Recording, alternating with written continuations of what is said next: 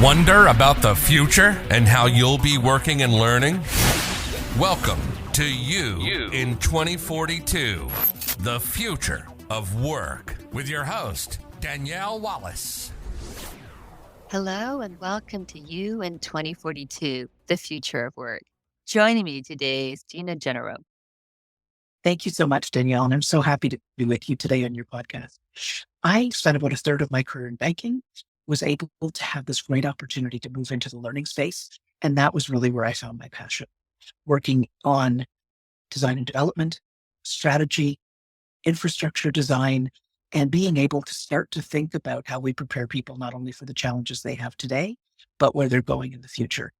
I've had opportunities to work in other areas like strategy, operations, design, communication, but came back to where my real passion area is maybe 8 years ago, to run the corporate university for the organization I was in, and then to become chief learning officer. And that brought me into World Economic Forum, the Skills Link Alliance, and really focusing in on the next 5, 10, 15 years and what we need to be doing starting now to prepare people for the future. And with that, you have seen such change, but such impact as well that you're able to make throughout your career and the different areas that you've been exposed to. And with all that, that's this theme of the future of work still deservedly becomes a hot topic. Beyond this near-term focus we're having in the media right now, there still are some mega trends that are out there that I'd love to get a general sense from you if you have any thoughts. For sure. I'm happy to share the thinking that I've been doing on that. So I really focus on five big trends that are shaping the world that we're in right now and are shaping how we are emerging into the future. So of course, the first of those, digitech, is no surprise. We're seeing incredible acceleration of technology. It's creating so much opportunity, but also even faster pace. And, with ChatGPT and other generative AI models, every person is starting to see hands-on how technology is accelerating and what it can mean for them. Closely related to the technology is digital. And in many ways, for me, I see that as the personalization of experiences and personalization at scale. So if we were to all pull out our smartphones, we probably have very similar models, but every one of them will look a bit different. We'll have a different home screen with family or special locations or pets or what have you. But more importantly, even, we will have a choice of applications, and those applications will get to know us as we use them over time. And our technology will start to tailor itself to how we use it, what we want to do with it. And so I think the more we see that, the more it's going to continue to shape our view as well as shape our capabilities. So I'm excited by that because I think it's actually accelerating potential for all of us in this new world. The second trend I pay attention to is simplicity. And simple is hard. It's about making things as simple as they can possibly be while still being effective. And so that includes the way we think about the design of technology, experiences, interactions, etc. And when it comes to interactions, that connects to demographics. So as you think about the people around us, we have a more multicultural, more multi-generational society than we've maybe ever had. And every person is bringing different views into every conversation, every work environment, every social engagement, every digital engagement. And I think that's creating even richer opportunities for everyone. Connected to demographics is social. And of course, everyone talks about social media. But almost more importantly is social innovation, social enterprise, and helping people be part of something that's bigger than themselves. And so many organizations have focused in on purpose because purpose matters, vision matters, changing the world matters, and having people really be able to align what they personally believe with where they want to devote their energy in the work that they do and in the impact that they have in their communities and beyond. And then finally, economic is the fifth big trend. And in some ways, it's the culmination of all of the others. But we also see some particularly interesting shifts that have happened over the last few years. The tensions between nationalism and globalism, the inflation rates, the really interesting macroeconomic challenges happening in and across countries, and some of the uncertainty that that's really causing. We're seeing a change in political environment and so on. All of these things have economic impact. And so as you think across those 5 trends, none of them are particularly new, but they're coming together in a way that's amplifying their impact. And so we're seeing things emerge in the environment. Some of the stats are staggering. If we think about potentially having 70% of Gen Z and millennial workers starting to consider leaving their jobs. So we've heard about the great resignation, and people had predicted that 2023 would be the big stay. But we're actually seeing people who are starting to think beyond their organization and look at opportunities to make a different and bigger impact and do different types of work fueled by opportunities in technology. We're also seeing skill gaps create $11.5 trillion in impact to businesses around the world. These are big numbers, and they're all coming out of this integration of factors that we're seeing. That gives so much pause for thought because these are trends stacked on trends that drive this huge amplification and that reinforce each other. Then within themselves, that drives such complexity. So, wow, what do you think this means then for our changing landscape? Well, I think it's changing the choices that people have in front of them. It's also creating an urgency around skill development and being able to think differently, not just about the formal diplomas and degrees and so on that people have, but the really practical credentials, the really practical skills that people are able to bring into the work they do and be able to frame opportunities based on. I think it's changing the way companies look at the employer relationship and the way employees do too. We're seeing so much rise in changing landscape in organizations. So you've got companies that are reorganizing, really changing the organization structure that they're operating in to try and embrace digital transformation, try and accelerate to meet customer needs, trying to bring integrated technology and artificial intelligence and other capabilities into their organization. Well, that's changing the skills that they're looking for. We're also seeing the shift moving from matching people to jobs into matching skills to work. So if you're able to actually break down jobs into units of work, break those down into skills required to be successful, that's changing what we're able to do in terms of how we mobilize talent, how we think about hiring, how we start to use skills as a connective tissue across the entire people system in an organization. And that can change the way you think about mobilizing people and creating career experiences. The thing I'm also excited about is that it starts to create an opportunity to level the playing field. So we have amazing diverse talent across all of our organizations. It's difficult to find people, and it's difficult for them to find opportunities if they don't fit what hiring managers may have been looking for in the past. And they have the skills to do the work. They have the skills to drive innovation.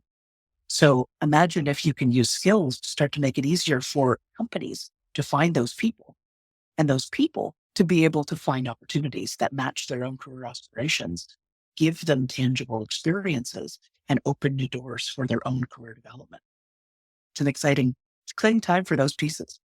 That is an exciting time because the whole idea of reframing skills and matching skills to work then amplifies many of these trends that you've been speaking to. What do you think this has as an impact of this changing work landscape?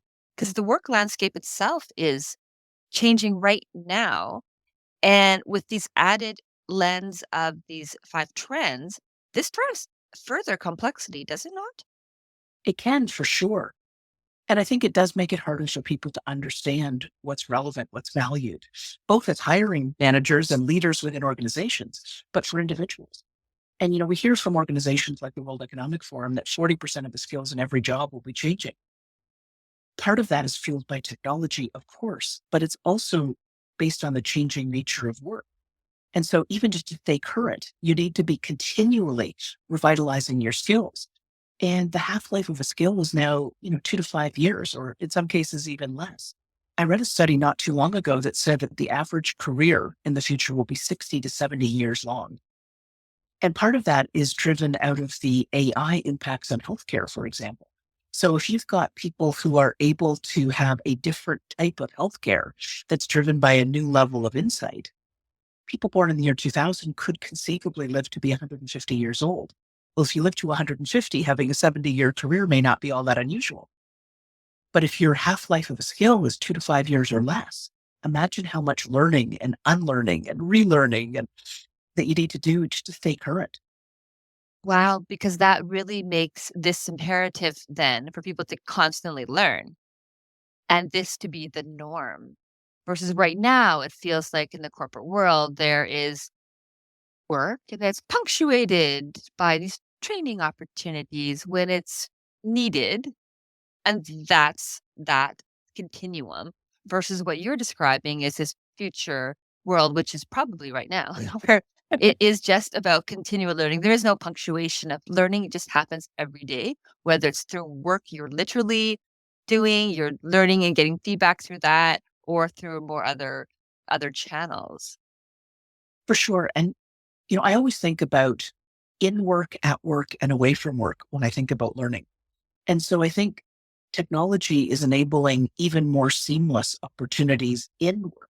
So that way you don't necessarily have to have all of the knowledge in your head, but you need to have a diverse skill set so that you can take advantage of the insights that you're getting from technology, the prompts that you're getting on the fly, the additional supports and information at your moment of need to be able to drive the right outcomes.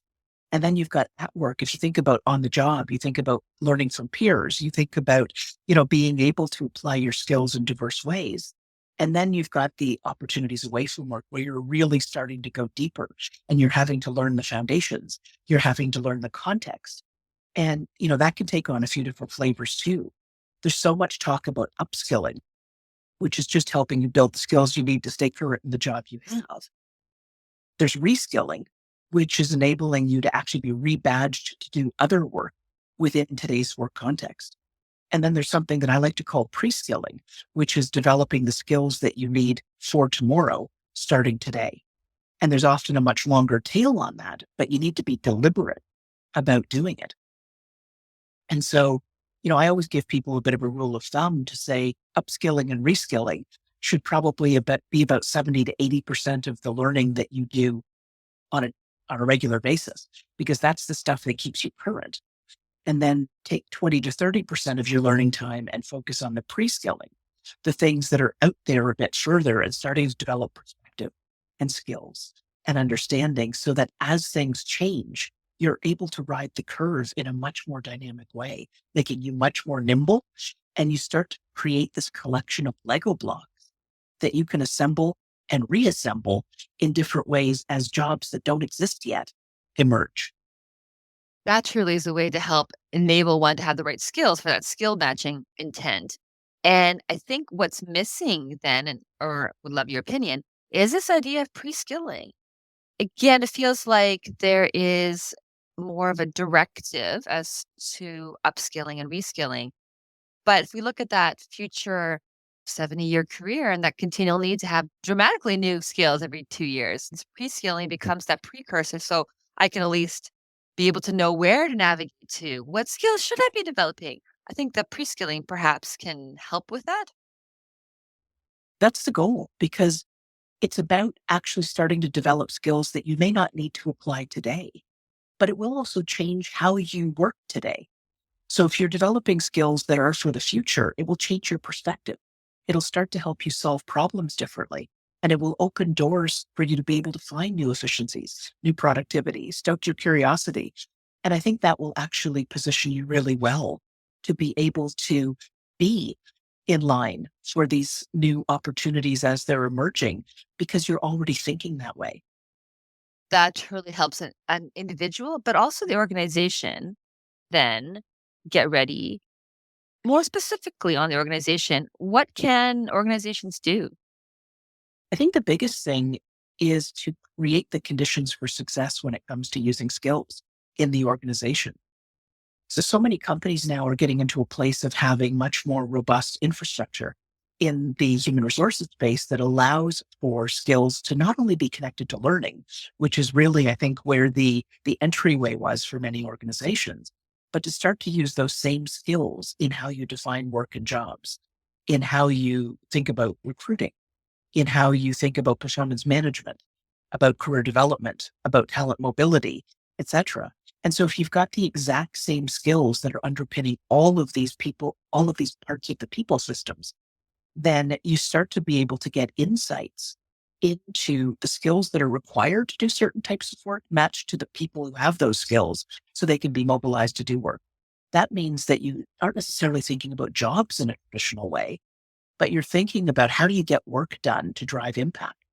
And that may mean having almost an internal gig economy within your organization where you're having people applying their skills to particular things that need to get done, which creates more meaningful experiences for individuals. It also creates greater productivity for the company and better insights.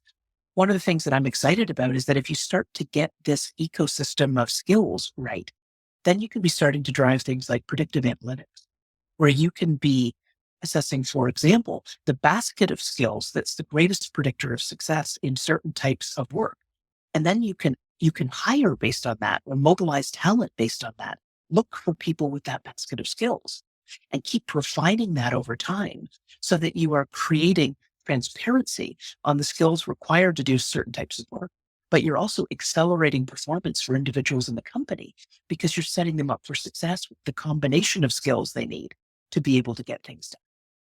That's a powerful future world to truly set up people for success because you have crafted and identified the skills they need to succeed and are able to draw from that as if a gig economy within the own enterprise.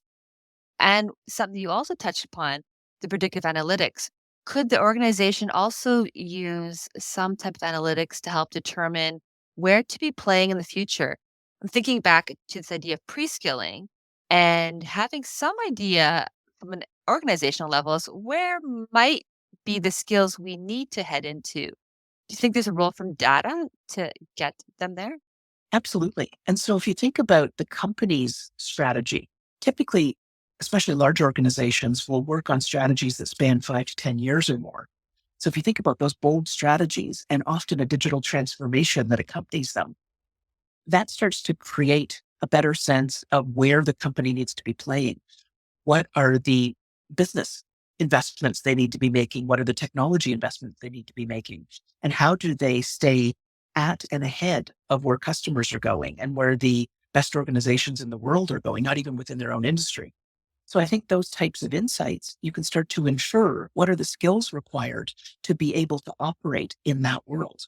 What's the type of work that we'll need to get done, et cetera. And then you can be backing up to say, okay, so if we're going to be playing in these spaces, we need these skills. Let's start to develop them now so that we have people who are equipped when the jobs associated or the work associated with that world becomes a little bit clearer in focus. And, the jobs that are coming will be very different from the jobs that exist right now. I saw a stat from the Institute for the Future that 85% of the jobs that will exist in 2035 haven't been invented yet. And I'm sure the number's even bigger if we look at 2042. But, if you think about that, there's such huge change in the type of work that people are doing. So if you think about the jobs today that exist that didn't exist, let's say 12 years ago, you've got things like blockchain engineer, mobile app developers, sustainability managers, big data analysts, YouTube content creators, things like that. We wouldn't even have imagined those things back in 2011. Back then, we had jobs like meter readers and switchboard operators and VCR repair and video store clerks. Nobody's working at Blockbuster anymore, right? And so the world has already made a quantum leap in the last 12 years. And there's this great quote that I read some time ago that said, change will never be as slow as it is today. So if you think about the change over the last 12 years, imagine how much more change will happen in the next 12. And so, we'll start to see more and more common roles around quantum programming, remote drone pilots, climate change scientists, end of life coaches as people get older, cultured meat farmers and vertical farmers and things like that. There'll be all kinds of opportunities that don't exist today. But those Lego blocks of skills, you can start to glean what might truly be relevant there. Even things like human bias auditors, as you're starting to see generative AI take off, starting to remove the black box element around some of the AI insights, being able to crack bias. what does that mean in terms of how we really specialize in that moving forward? So just a number of thoughts that I have as I start to think about the change of work, but all of it can be broken down into skill blocks. And those skill blocks you can start working on now. That's exciting because that future world with these yet to be determined future skills and future occupations have their root in the trends that you've spoken to. And then that's also reflected, hopefully, in organizations' 5 to 10 year strategy with this view of this Lego block of skills. Altogether, that can form a way where individuals are able to think, okay, what do I need to be continuing learning? And very importantly, on the enterprise basis, what are these key areas that we also want to foster in our workforce so we can have a workforce to draw upon for this future yet to be determined roles? Exactly. And I think passion plays a part in it as well. I think, there's the danger of people being very scientific in how they look at the skills that are required and how they build those. There's nothing wrong with that. But I do think that a lot of the true curiosity around preparing for the future is rooted in passion. What matters to you? What are you excited about? What do you want to go deeper on? And that can open up completely different doors as you're moving forward. Because as you learn and as you develop these skills, the combination of skills that you have is unique to you. And so create a collection of Lego blocks that's different from everyone else. And that also drives towards the personal fulfillment that is underlying our future economy, coupled with the organizational strive and their goals. I like how those can be married in a way to move forward. Since I left corporate life and have really set out on my own, I've focused in on future work and skills because that's my passion area.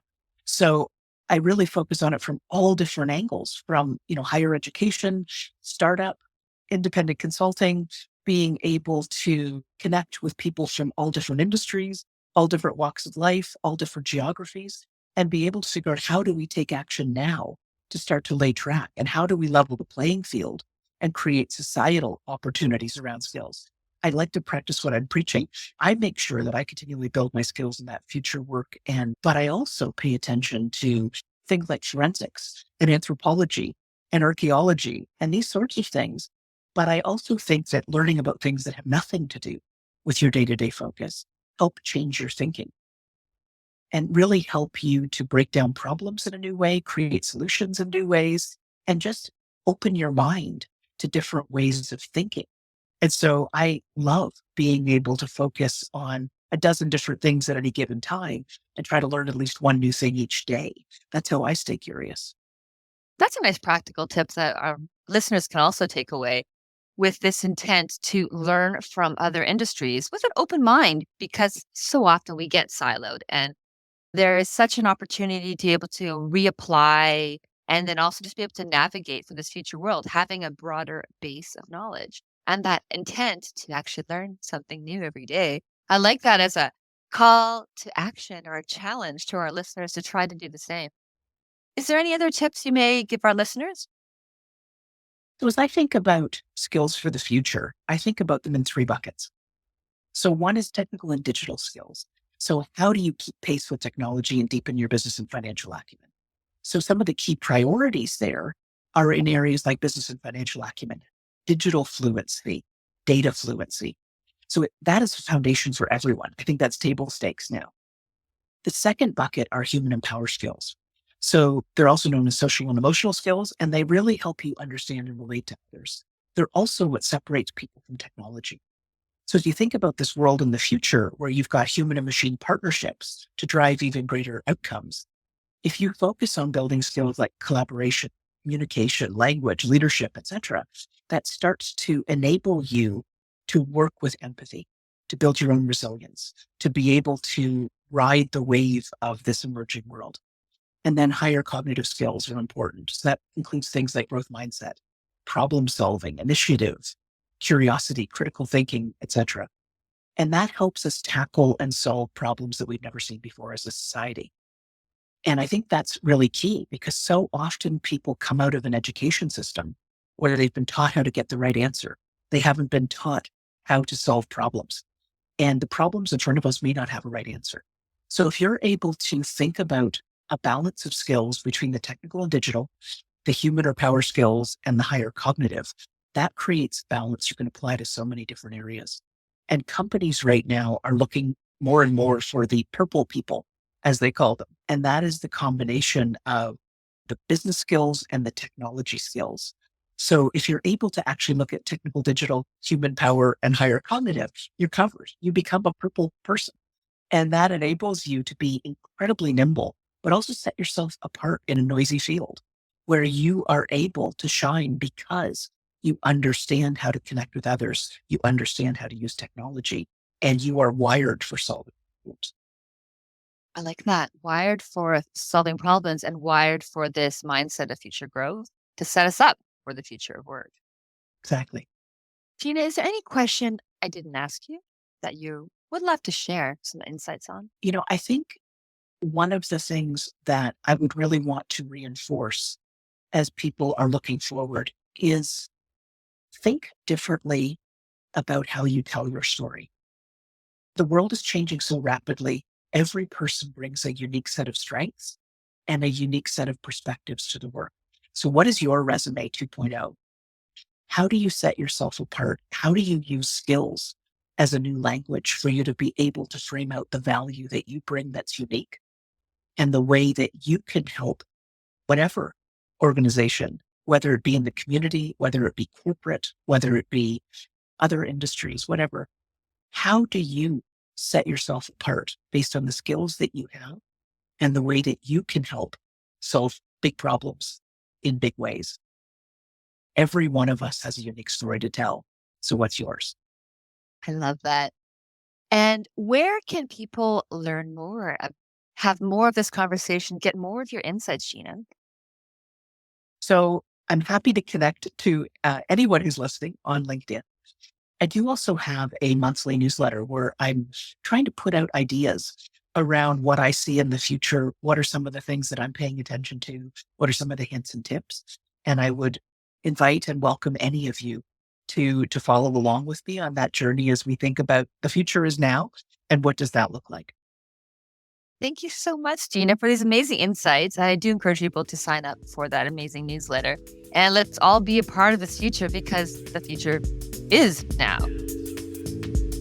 Thank you for being a part of the future. Subscribe now to stay current.